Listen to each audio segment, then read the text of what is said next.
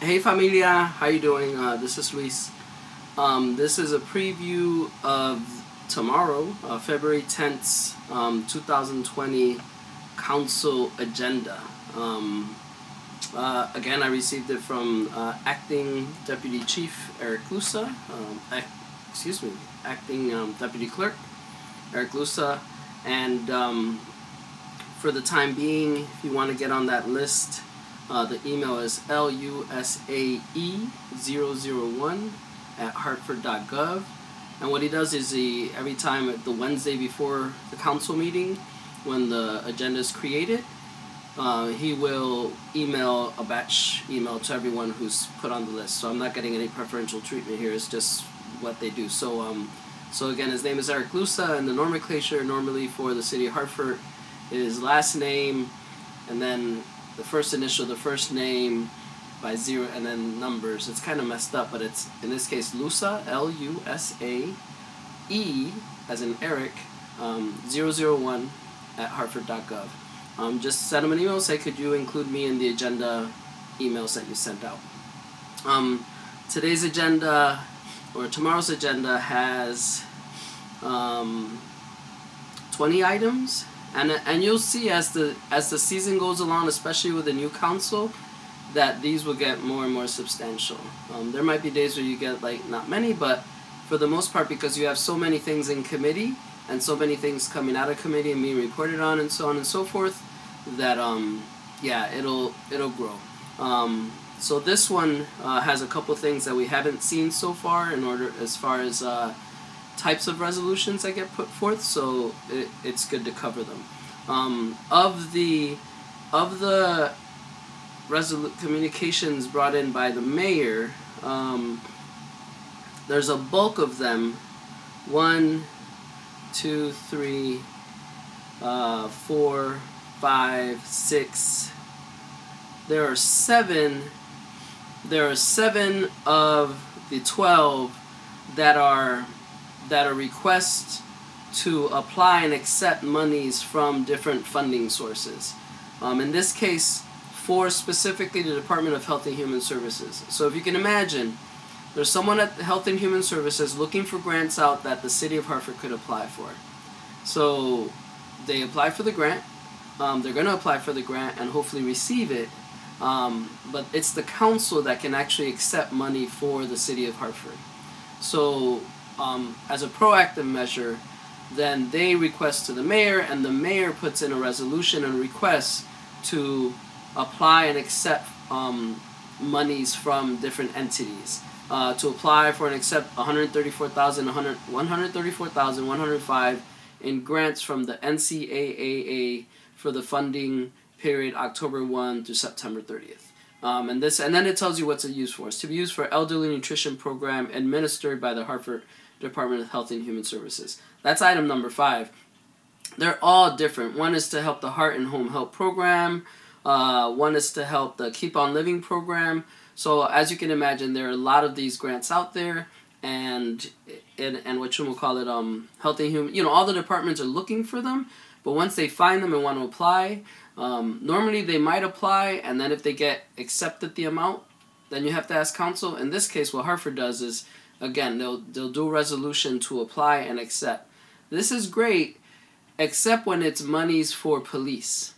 Because a lot of times, and this is what we try to do on council, I don't know if we were very successful with it, but I encourage future councils to try and do it, is with police, depending on the grant, there are so many requirements put onto it to receive those monies that those requirements might hinder human rights. And I'll put it as an extreme because that's exactly what it is. So it would behoove policymakers to look at what those little add-ons are at the end. So when it came to accepting and approving police funding, I always try to look a little deeper into the language of the actual grant. So I would require that or ask for that. There are 2 things on this agenda that are bumps that I had mentioned before that are being rectified. I don't assume it's because I mentioned it. I think someone just saw that this was the case. Some people might have heard me talk about the Energy Improvement District.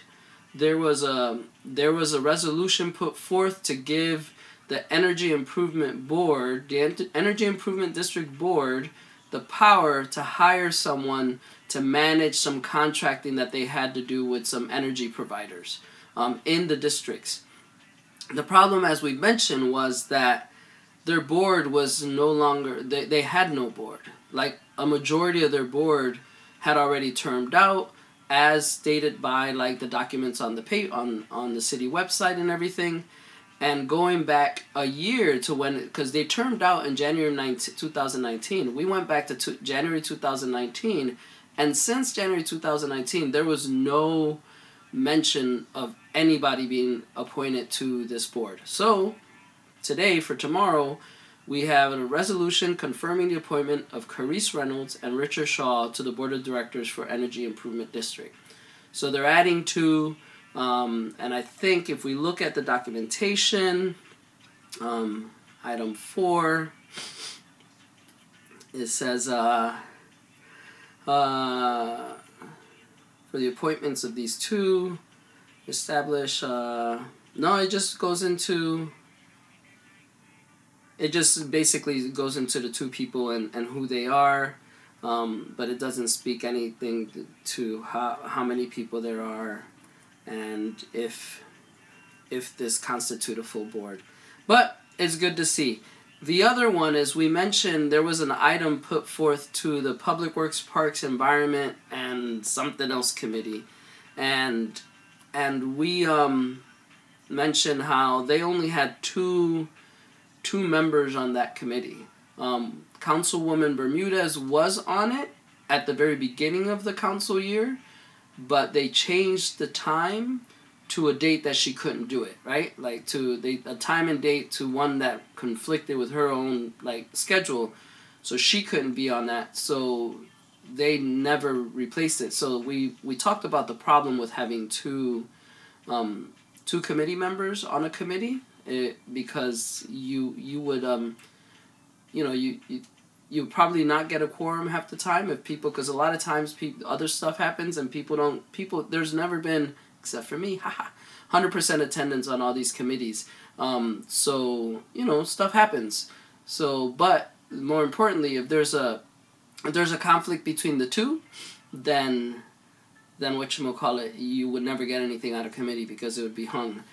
With 3, at the very least, if one person doesn't come, 2 still constitutes a quorum. With 2 has to be the quorum. You can't get 50% plus 1 with 1. So they put in a resolution to add Councilman John Gale to the Public Works, Parks, Recreation, and Environment Committee. And that is a good thing. And that committee is chaired by Councilwoman, why am I blanking her name? Rossetti, and also the other member is Councilman Nick Lebron. So we've already spoken to like 7, 8, 9 items. There is an interesting one, a report with the company resolution by the mayor or from the committee of the whole, confirming the appointment of Thea Montañez as Chief Operating Officer. Thea Montañez has had various positions within the city structure, and she was Chief of Staff when Mayor Bronin first came in. She's been acting Chief Operating Officer, COO, for a while, and so they're looking to make that just take away the acting. And that's coming out of the Committee of the Whole with a favorable recommendation. If people remember, that Committee of the Whole meeting also had the Chief of Police position by Interim Chief Thodi, and that is not on this. So I looked back. I don't think it was assigned to 2 committees, like maybe the Public Safety Committee. I didn't see that. So that's interesting, but the cynical side of me is that this is the first meeting of the month, meaning this is the meeting that has like the public hearing before it. Like the city council meeting is at 7, public on the first meeting of the month, public comment is from 6 to 7. So I think maybe there was a fear that a lot of people would come to speak out in one way or another for that item, and they chose to hold it off. And this is a council decision, not the mayoral decision, I'm assuming, because it's coming out of committee. So I don't know why it's not on the agenda. It might be added on as a last-minute resolution, and if so, I'll tweet that out, put that out tomorrow on Facebook and mention it. Because then it's kind of messed up. Because then it's purposely not allowing people to see that this is coming up in order to, if they want to come and speak in favor of it or against it, that'll be kind of messed up. But also there was another item put in by Councilwoman Bermudez and Councilman Michtam to have a fuller process. Basically, let's hold off on the Thadi nomination and really vet out should we have a fuller process as was initially proposed by the mayor way back when, and in his public city hall meeting or whatever, town hall meeting at the library to introduce the nomination, he did apologize for saying that he was going to go this way to have a fuller process, and then decided just to stay with Thodi because he was really comfortable with him. But in this case, 2 councilors have put something in saying, can we do this way? And unfortunately, they still decided to move forward with the Thodi process of looking at that resolution, and that issue of the can we have a fuller, that item is still in committee.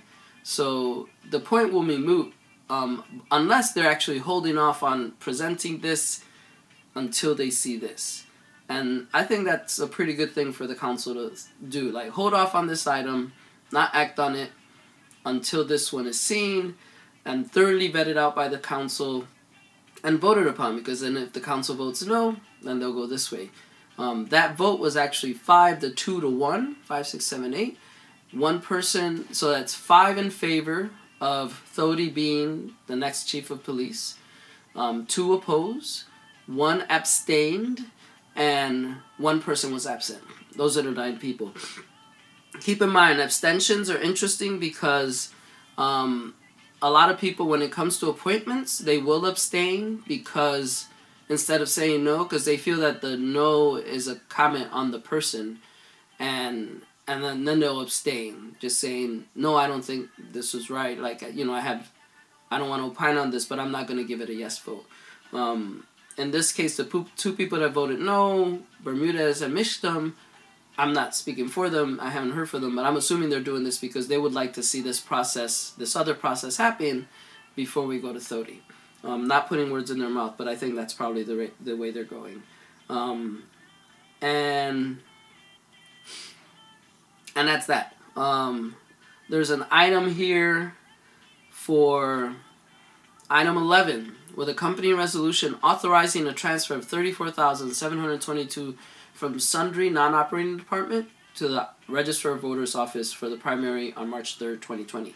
So you'll see in the budget that was approved, there is an item called, sorry, I'm getting over this code thing, from sundry, and in this case, there are a couple sundry accounts, and there's a sundry non-operating department, and there's money there, and sundry is kind of like miscellaneous, right? So it can be used throughout the year to cover things that haven't been anticipated. In this case, there will be a primary on March 3rd, 2020. I'm assuming for the upcoming presidential elections. And the Registrar of Voters has said that they need $34,722. And the mayor is submitting extra. They're anticipating they need more to cover the expenses of what they need. And so the mayor is putting in a resolution to do that. There are a couple appointment resolutions, as we mentioned, the one to the Energy Improvement District. There's another resolution for appointment.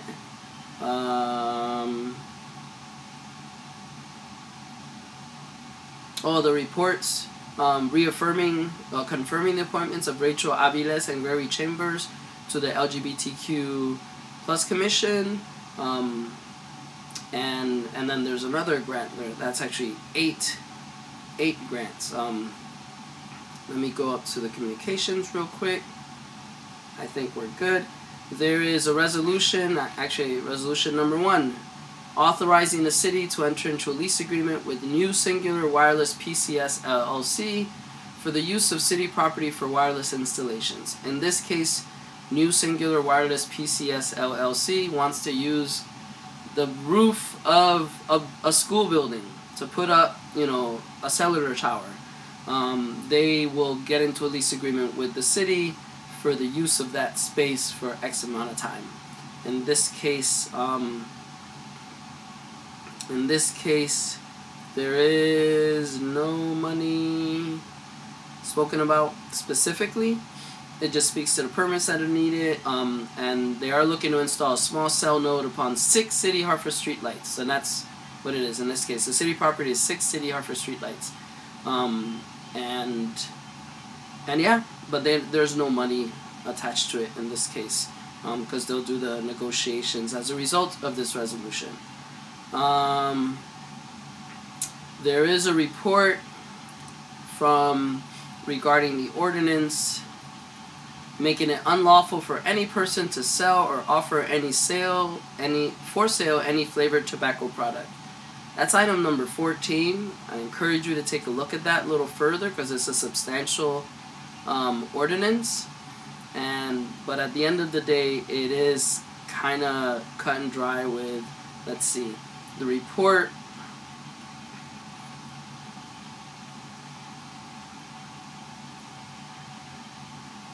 So there are 4 people. There are 4 people tied to this committee. 3 of them, one was absent. Councilman Clark was absent. Councilman LeBron, Councilwoman Rossetti, Councilman Gale were there. They voted 3-0 in favor of bringing this out.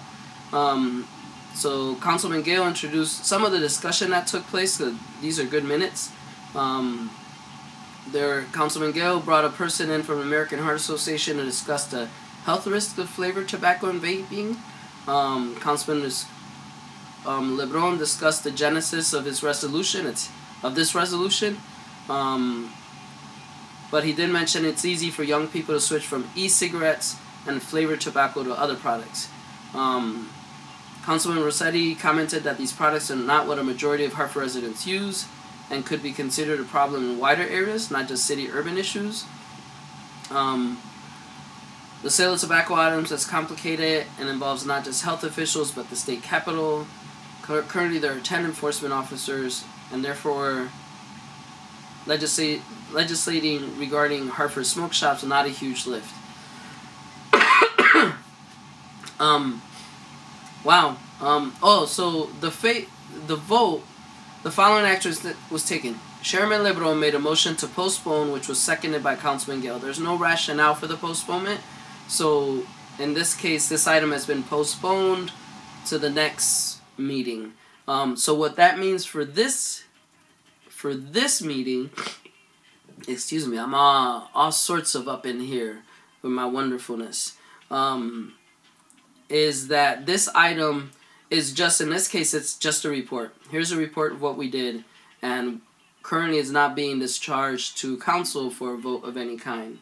And I'm at 19 minutes, so I'm going to end it with just 2 quick things. One is Mayor Bronin is adding a proposed amendment to an ordinance, which is Chapter 32, Article 1, tax relief for the elderly in the municipal code. What this is, there is an ordinance that deals with just that, tax relief for the elderly. Like, if you're this age and make this much in the city of Hartford, we will give you this much tax relief on any property you own. And in this case, the amendment is tied to a national protocol.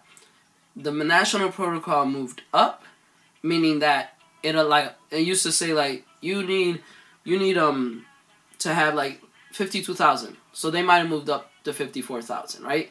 So it's allowing people that are in that were in that whatever to apply and receive these tax reliefs. But more importantly, it's what they're keeping in line with the standards set by either Federal Health and Human Services or HUD, whoever does that. So that's pretty simple.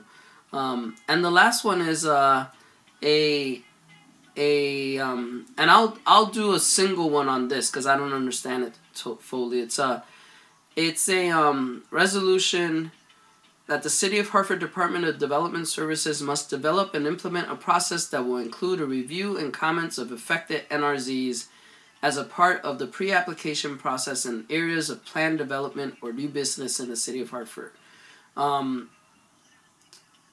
So prior to the action of decision-making bodies as defined by the City of Hartford zoning regulations.